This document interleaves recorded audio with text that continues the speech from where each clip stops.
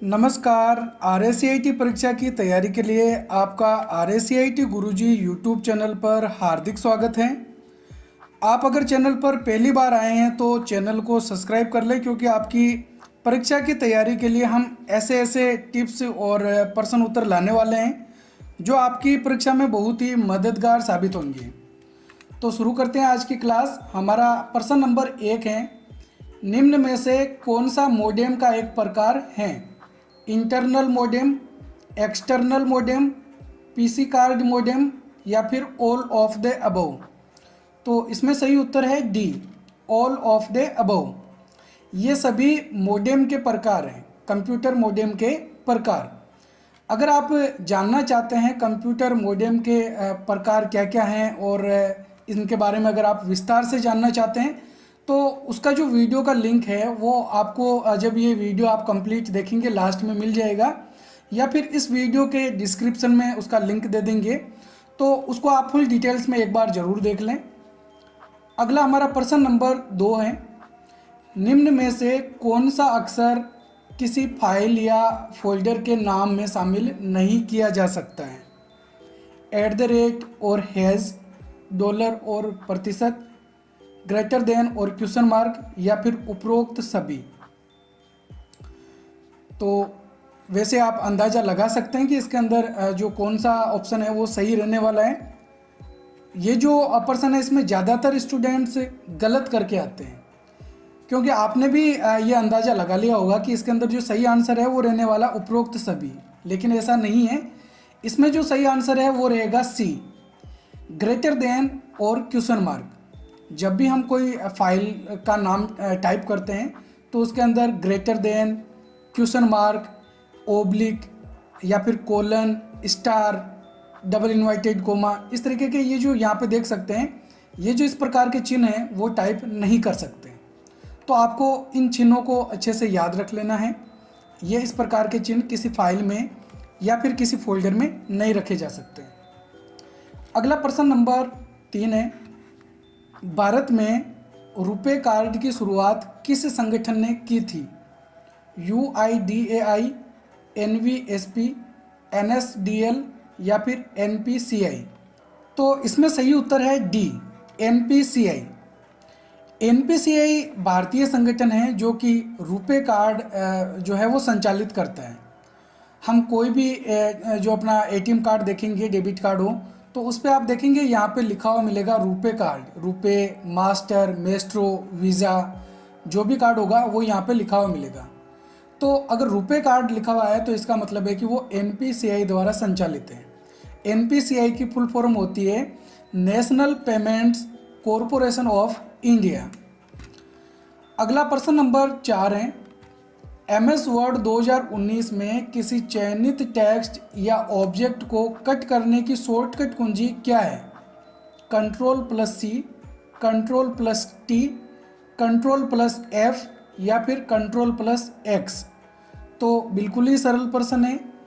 अगर हमने कोई भी शब्द सेलेक्ट कर रखे हैं या कोई ऑब्जेक्ट, जैसे कोई पिक्चर हो सकती है, कोई शेप्स हो सकते हैं, तो उनको कट करना है, तो कट करने की शॉर्टकट कुंजी क्या काम में लेते हैं? Ctrl+X। तो डी इसमें सही आंसर होगा। और अगर यहाँ पे कॉपी करने का ऑप्शन पूछा जाए तो कॉपी करने की शॉर्टकट कुंजी क्या होती है? Ctrl+C। और पेस्ट करने के लिए Ctrl+V कुंजी का प्रयोग करते हैं। अगला प्रश्न नंबर 5, PDA का पूरा नाम क्या है? Personal digital adapter, personal digital assistant, process digital and analog, personal driver assistant. तो इसमें सही उत्तर है बी, पर्सनल डिजिटल असिस्टेंट। तो PDA क्या होता है? एक हाथ में पकड़ने वाला डिवाइस होता है, जैसे हमारा स्मार्टफोन। तो ये जो है वो हमारे कुछ बेसिक कार्य या कुछ स्टोरेज फाइलें स्टोर करने के लिए, डॉक्यूमेंट बनाने के लिए काम में लिया जाता है। नेक्स्ट प्रश्न नंबर 6 है, निम्न में से कौन सी स्टोरेज डिवाइस ज़्यादा डेटा को स्टोर करने की क्षमता रखती है? Hard disk drive, floppy disk, compact disk या फिर ब्लू रे डिस्क।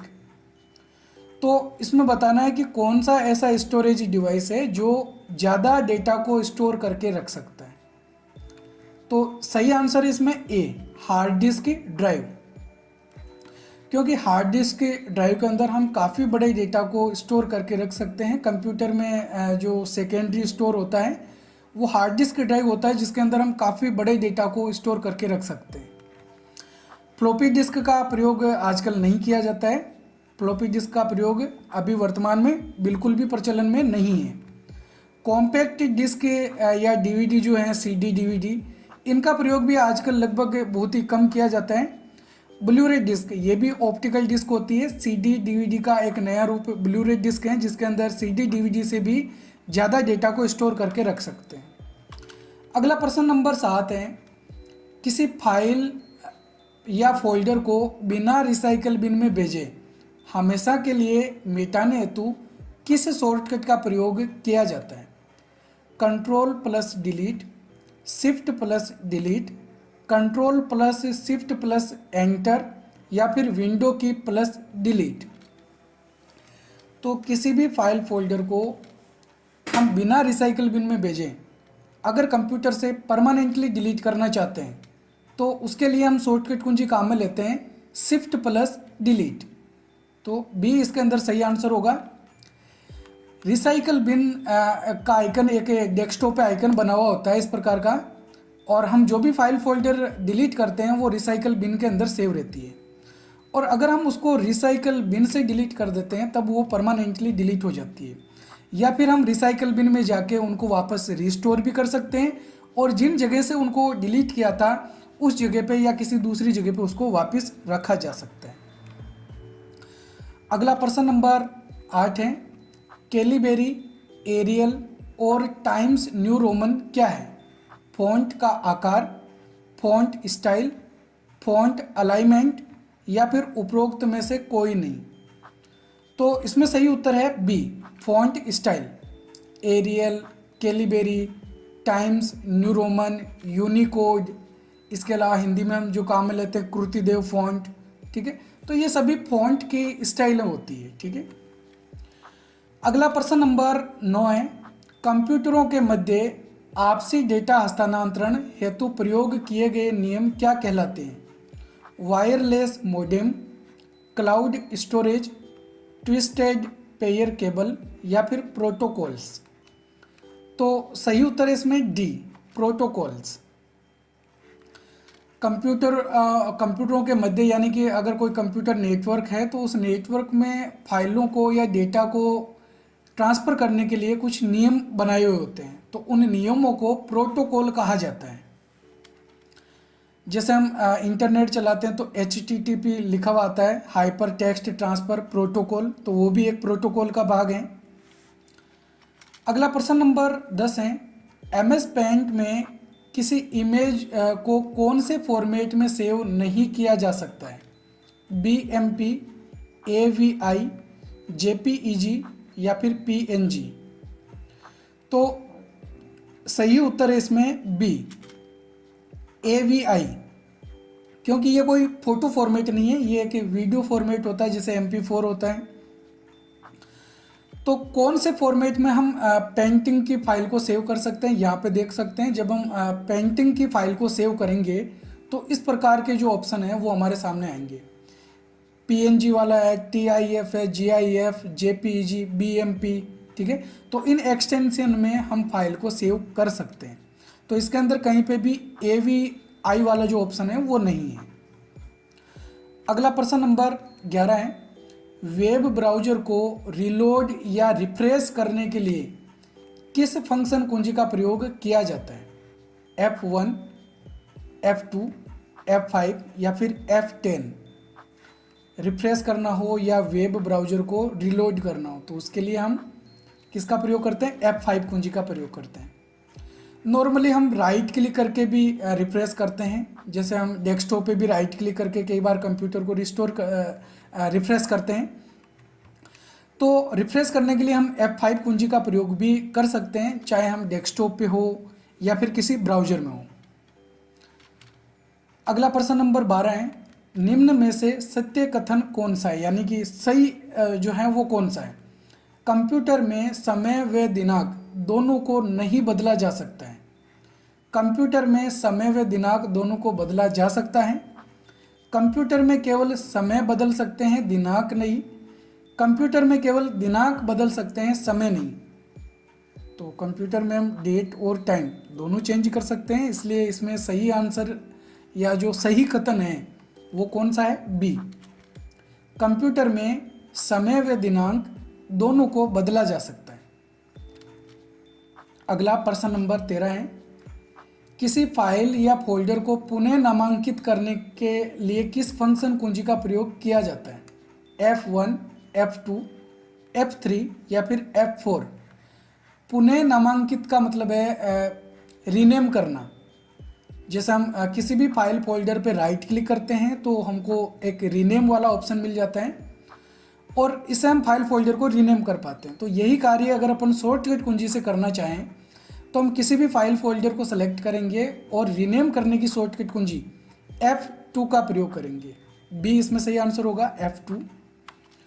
अगला प्रश्न नंबर 14, MS वर्ड 2019 में रिप्लेस टूल का क्या उपयोग किया जा सकता है।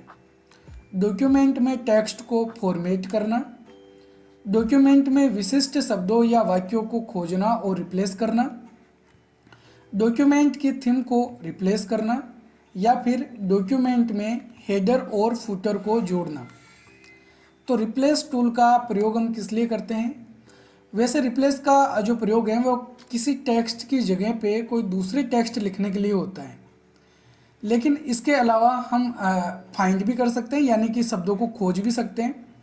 तो इसमें सही आंसर होगा बी, डॉक्यूमेंट में विशिष्ट शब्दों या वाक्यों को खोजना और रिप्लेस करना। रिप्लेस का मतलब है उसकी जगह कोई दूसरे टेक्स्ट लिखना। तो ये दोनों कार्य हम कर सकते हैं, ये ध्यान में रखना है। कभी भी अगर ये क्वेश्चन पूछा जाता है कि अगर हमको फाइंड भी करना है, यानी कि शब्दों को खोजना भी है और रिप्लेस भी करना है, तो कौन सा टूल चुनेंगे, रिप्लेस वाला टूल चुनेंगे। और अगर हमको केवल शब्दों को खोजना ही है, रिप्लेस नहीं करना है, तो उसके लिए हम फाइंड वाला ऑप्शन काम में लेते हैं। फाइंड करने की शॉर्टकट कुंजी Ctrl+F होती है और रिप्लेस करने की शॉर्टकट कुंजी Ctrl+H होती है। तो ये आपको अच्छे से याद रखना है। अगला प्रश्न नंबर 15 है, निम्न में से डिजिटल कंप्यूटर का प्रकार कौन सा है। सुपर व main frame computer, mini computer, micro computer या फिर उपरोक्त सभी। तो इसमें से डिजिटल कंप्यूटर कौन से हैं, super computer, main frame computer, mini और माइक्रो कंप्यूटर। ये चारों कंप्यूटर जो हैं वो डिजिटल कंप्यूटर के प्रकार हैं, इसलिए सही आंसर होगा डी, उपरोक्त सभी। अगला प्रश्न नंबर 16 है, निम्न में से माइक्रो कंप्यूटर का प्रकार कौन सा है। डेस्कटॉप कंप्यूटर, लैपटॉप या टैबलेट, स्मार्टफोन या फिर उपरोक्त सभी।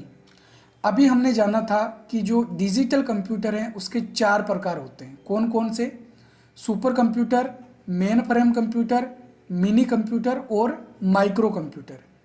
जिसमें सबसे शक्तिशाली जो कंप्यूटर है वो सुपर कंप्यूटर होता है और सबसे कम शक्तिशाली माइक्रो कंप्यूटर होता है। अब यहाँ पे हमको बताना है कि माइक्रो कंप्यूटर का भाग कौन सा है। तो ध्यान में रखना है कि ये सभी माइक्रो कंप्यूटर के भाग हैं। डेस्कटॉप कंप्यूटर, जिसको डेस्क के ऊपर रख के चला सकें, लैपटॉप जिसको लैप यानी गोद के ऊपर रख के चला सकें, और टैबलेट और स्मार्टफोन, ये सभी माइक्रो कंप्यूटर के प्रकार हैं और डिजिटल कंप्यूटर के भी प्रकार हैं, क्योंकि माइक्रो कंप्यूटर डिजिटल कंप्यूटर का ही एक भाग है। अगला प्रश्न नंबर 17 है, निम्न में से फ्लैट पैनल मॉनिटर का प्रकार कौन सा है।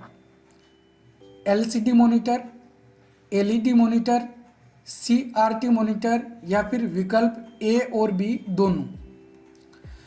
तो ध्यान में रखना है कि मॉनिटर 2 प्रकार के होते हैं। कौन कौन से, एक होता है फ्लैट पैनल मॉनिटर और दूसरा होता है CRT मॉनिटर।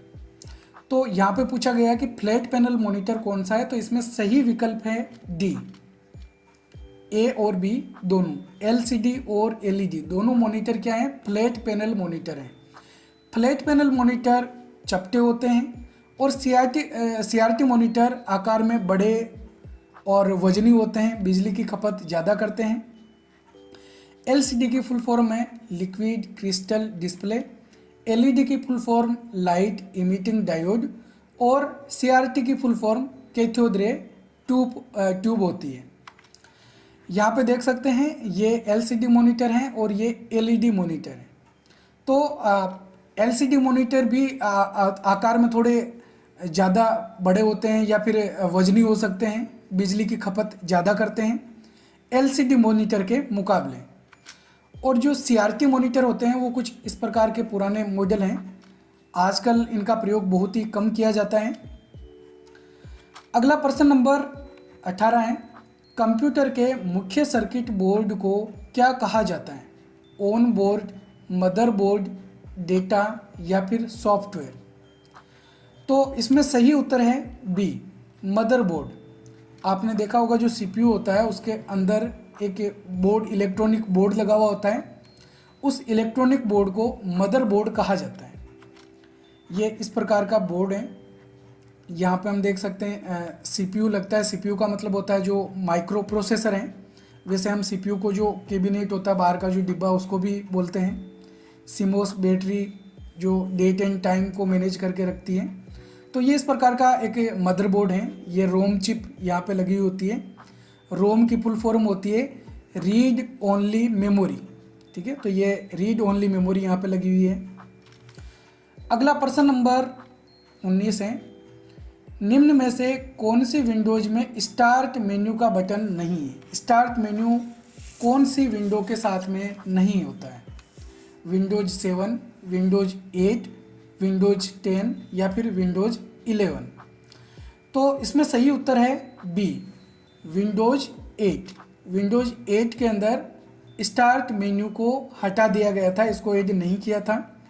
और इसका फिर एक लेटेस्ट वर्जन आया विंडोज 10 जिसके अंदर वापस स्टार्ट मेन्यू को ऐड कर दिया गया।